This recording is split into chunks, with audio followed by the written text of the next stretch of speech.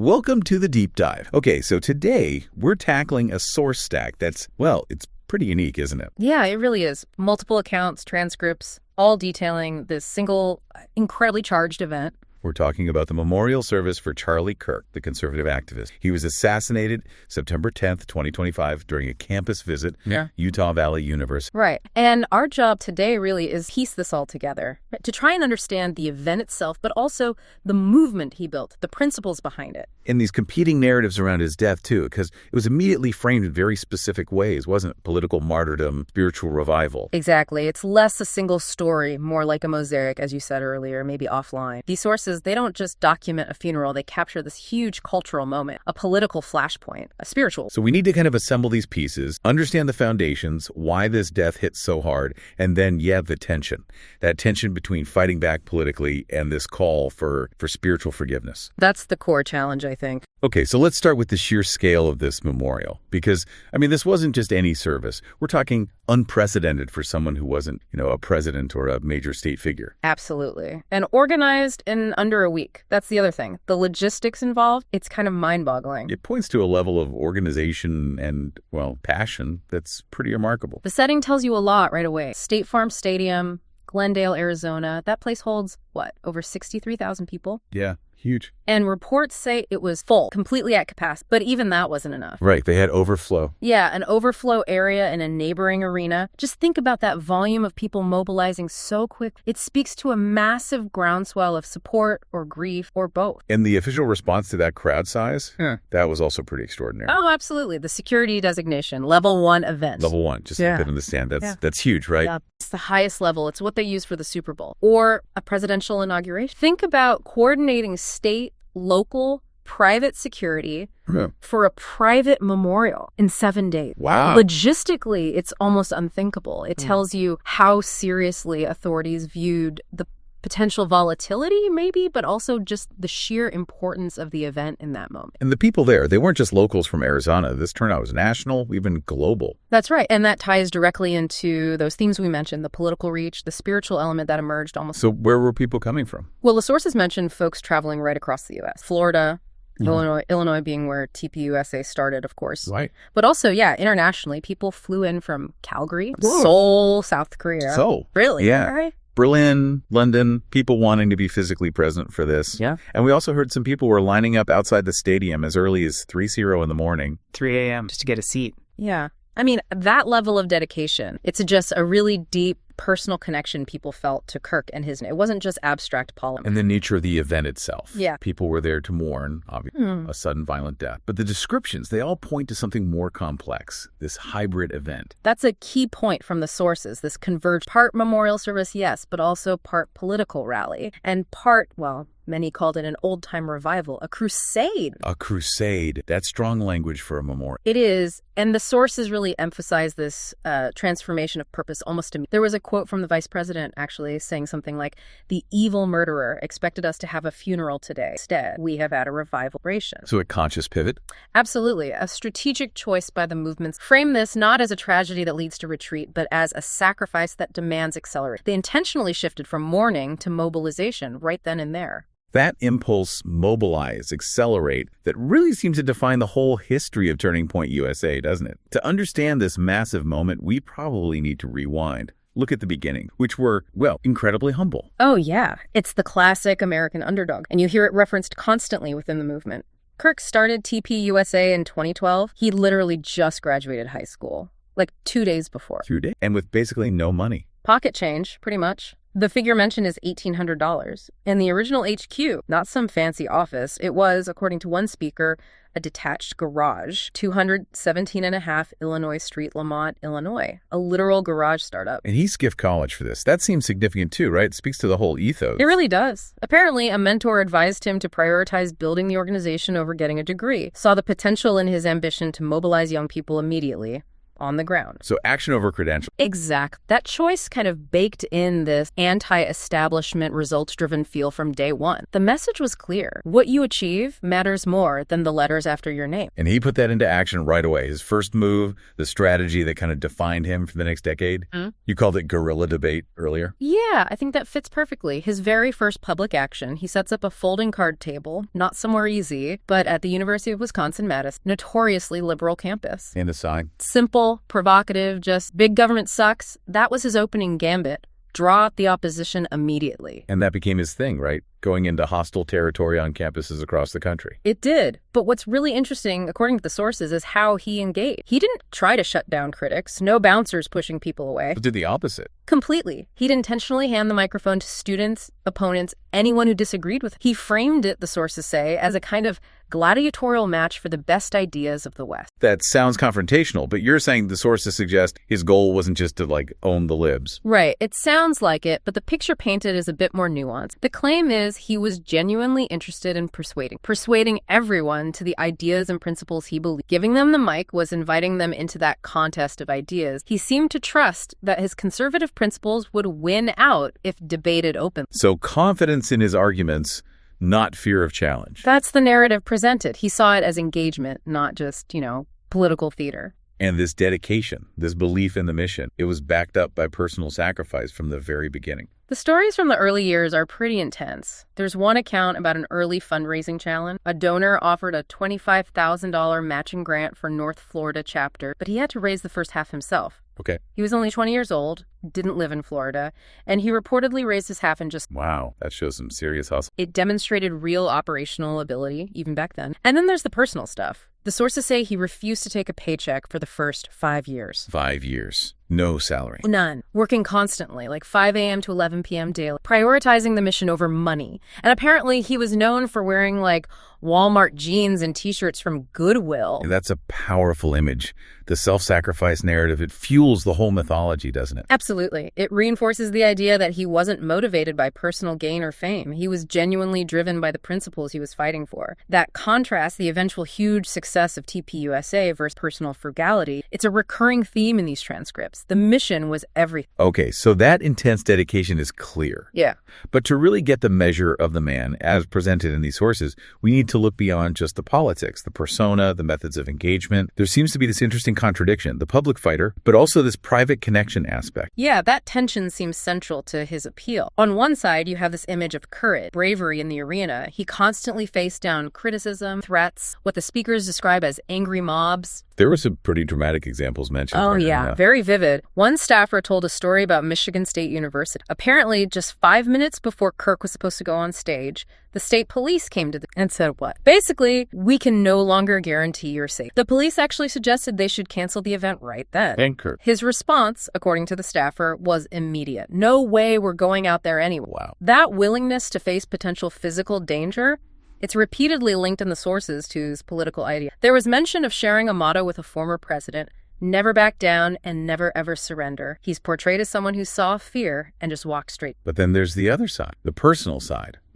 which seems to show a very different kind of quality. Humility, maybe? Groundedness. Right. It contrasts sharply with that public warrior image. We hear these really quite touching examples of quiet. Staffers said he treated the newest intern with the same respect he gave the President of the United States, described as a giver much more than a taker. There was that story about a sick friend that really stood out because it was done secretly. Yeah, that one's quite powerful. A friend's husband was very ill, battling cancer. Kirk apparently arranged, completely anonymously, for critical medication and even an oxygen machine to be delivered to their house. No publicity, no credit sought. Just helping someone privately. Exactly. And the sources use stories like that to illustrate that the man behind the public persona had the well of empathy, that it wasn't just about the fight. And this focus on the individual, not just the crowd, it extended to his audience, too, his grassroots base. He didn't just see them as numbers to mobilize. Not according to these accounts. He apparently read every single email sent to his show. Every single one. Seriously. That's what's claimed. The transcripts mention him getting into these long email chains, 6 or 7 emails back and forth with audience members, even people who disagreed with him on maybe minor points. That's kind of staggering. Yeah. for someone running a national organization of that size? It suggests he really saw his audience as his core strength, his firewall for freedom, one source, and also, significantly, his North Star. They weren't just passive, they were guiding his direction. That level of individual engagement is rare. It seems so. And it meant no one was too small to matter. There's another anecdote, kind of charming, about him agreeing to be interviewed on a podcast. Okay. Hosted by a fourth grader. A fourth grader. Yeah. The staffer telling the story admitted the podcast was probably only watched by the parents, but Kirk apparently said yes in no hesitation. That speaks volumes about encouraging the next generation, regardless of the platform size. That seems to be the takeaway. It fits that pattern of valuing visual connection. Maybe the clearest example of this dual persona, the political fighter, but also this loving shepherd figure,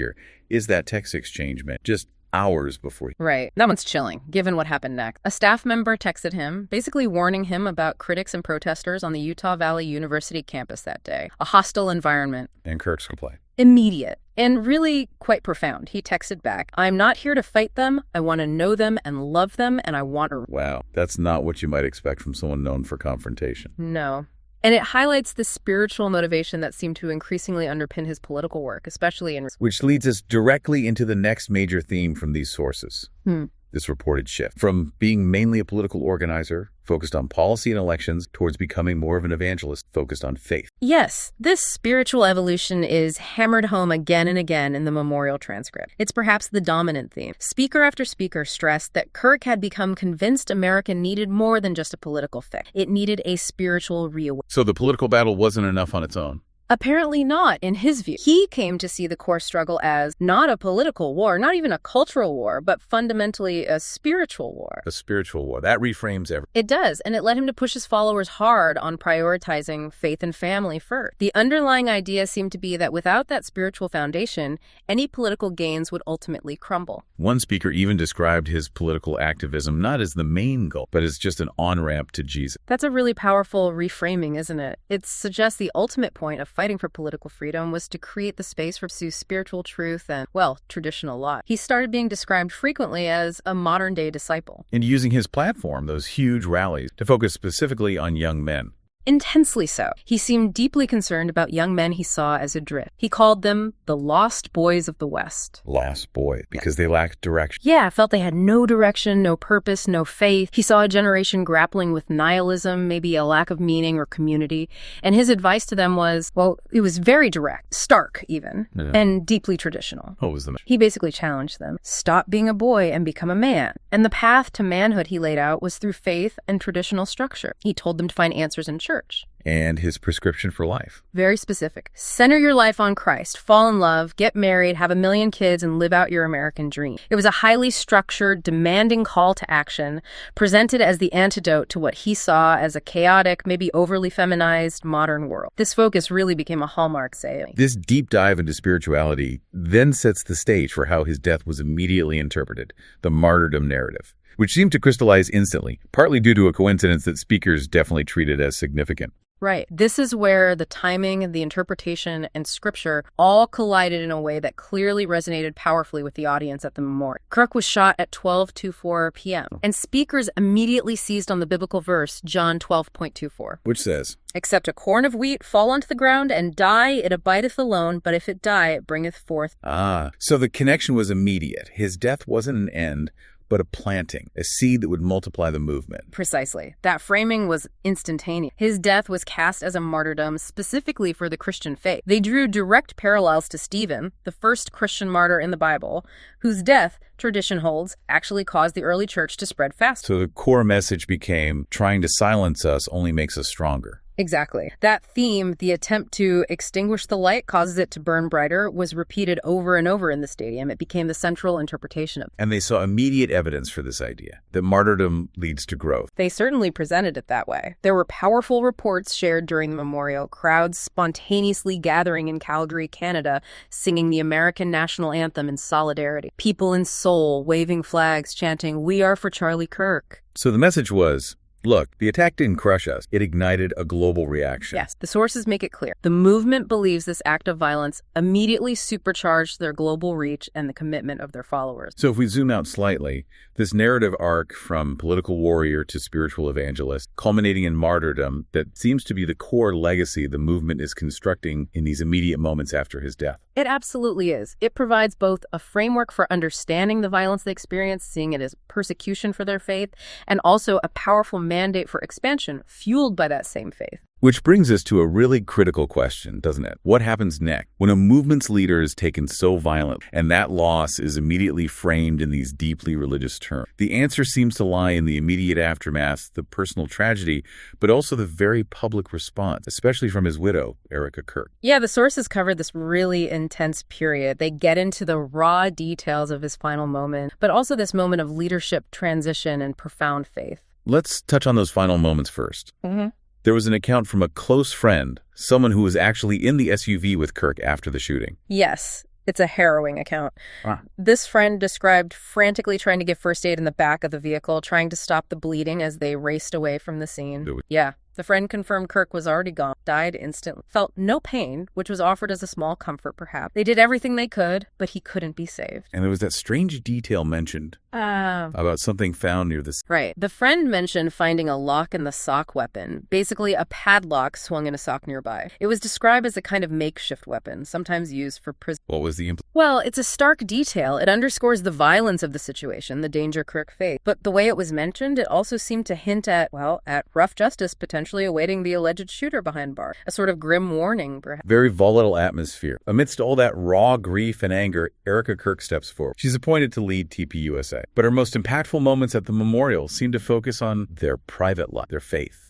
Her testimony provided this moment of grace, really, in what was otherwise a highly charged political environment. She talked about their marriage as a partnership focused on God's will, about making their home a sacred landing place, a refuge from the political... And she shared that incredibly personal detail about the love. Yeah, that one clearly hit hard, brought tears to many eyes. Every Saturday, Charlie wrote her a love note. And it always ended with the same question. Please let me know how I can better serve you as a husband. Wow, that paints such a different picture from the public firebrand. It really does. It provides this profound contrast. It shows this quiet, service-oriented core to their religion. You know, it almost reframes his intense work ethic, the 5 a.m. to 11 p.m., no pay, for years, maybe not just as political drive, but as an extension of that commitment to serve. Something he practiced, even in these small, personal ways. That connection makes sense. Linking the private dedication to the public mission.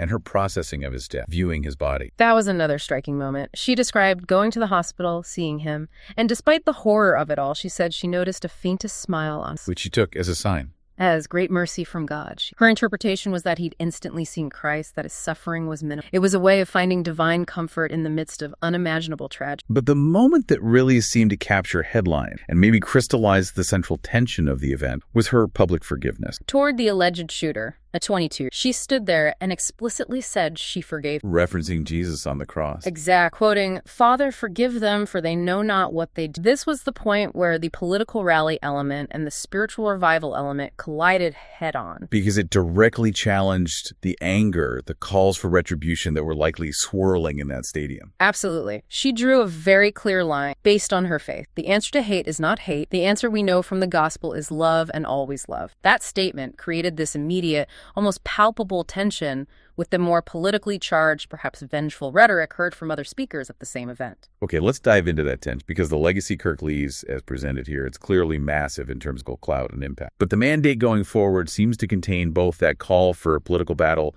and this call for spiritual grace. His political influence, by the end, was undeniable. TPUSA wasn't just rallies and campus chapters anymore. It was credited in these sources with building the largest field operation in the conservative movement. They went way beyond just organizing. They were credited with actually impacting elections, right? Strategic innovation. Yeah. Specifically mentioned was building the first ever ballot chase operation that won the election for President Trump. Now, that's a huge claim. It suggests a fundamental shift in how conservative campaigns operate on the ground. Exactly. Mirroring or maybe even aiming to surpass the kind of sophisticated ground game usually associated with the progressive side. It means he wasn't just a speaker. He was building election-winning infrastructure.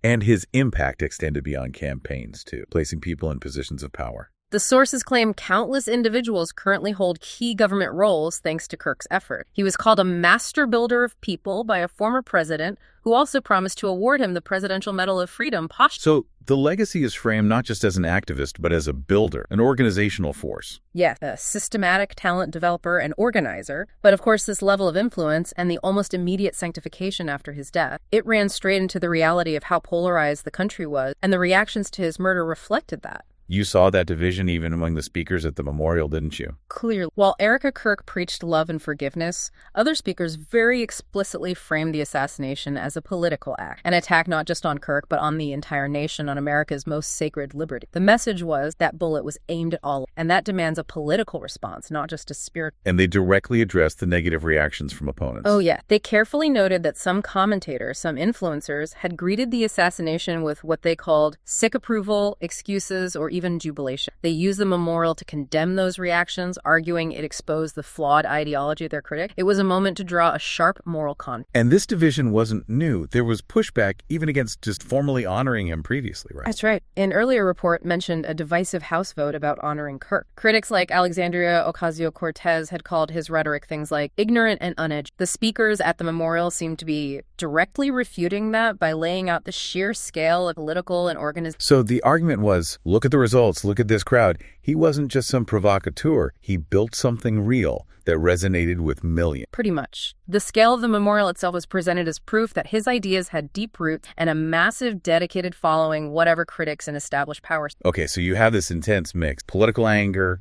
spiritual fervor, immense grief, a huge organizational machine left behind. What's the final instruction? What's the mandate given to the hundreds of thousands there and watching? What are they supposed to do now? The core message is twofold, really. Continue the work and multiply it. Erica Kirk vowed they would make TPUSA so big that it reaches you in heaven. That's a powerful image of continuation. And the charge to the end. They were told to live worthy of Charlie Kirk's sacrifice, which translates into concrete action. Stand for truth, confront evil, live courageously, don't back down. So it's a call for the collective movement to embody the spirit of the individual leader they lost. Exactly. The explicit goal mentioned was ensuring the legacy multiplied. That idea that a million more Charlies stepped up to fill the void left by his death. The attendees were essentially commissioned to become the organizers, the debaters, the spiritual warriors that he was portraying. And the ultimate aim. What's the grand purpose articulated? It's huge, existential, to save this civilization. That's the language. There's a stated belief within the movement, expressed clearly at the memorial, that his sacrifice won't just be remembered, it will be recorded in history as the turning point for America, for Western civilization. It's this ultimate statement of resilience, taking an act of horrific violence and framing it not as a defeat, but as the very catalyst needed for victory. The feeling conveyed was that the evil of the act had somehow unleashed a tsunami. Okay, that brings us nicely to wrapping this up, to synthesizing what we've heard from these sources. What we've really seen documented here is this incredibly powerful convergence, a massive political mobilization, the rallies, the organization, the focus on winning, combined with this deeply felt religious revival, salvation, martyrdom, spiritual war. And right at the heart of it is that tension back, the call for political battle, vowing to defeat the forces of dark, running right alongside this profound spiritual call embodied by Erica Kirk, rooted in the gospel. It's love versus war, and the movement is now charging both simultaneously. And the sources make it very clear. The movement itself believes its strength, its future growth, is now intrinsically linked to this idea of martyrdom. That the attempt to kill the leader didn't just fail to stop them, it actually made them bigger, stronger, more global. That's a potent, maybe even dangerous narrative to build on. It really is. And it sets up a fascinating challenge going forward. So much of the movement's initial energy seemed tied to Charlie Kirk's specific personality, his unique, almost reckless personal courage, the guy who'd walk onto a stage when the police advised against it, who lived by never back down. Right. One person's drive. Exactly. Now that singular drive is gone, it's been replaced by this collective charge, this spiritually infused mandate for everyone else to say yes to the mission, to become one of those million more Charlies. And the big question is, can that collective energy sustain the same level of intensity, the same political and organizational focus that he seemed to achieve almost single-handedly? That's the test, and it'd be our final provocative thought. When a movement defines its strength as being forged in the fire of persecution, when it believes martyrdom, what happens if the collective discovers that the burden of living worthy of that's heavier, more demand? How do you sustain momentum? Narrative is built. That's the challenge, turning this moment of profound sacrifice sustainable long act.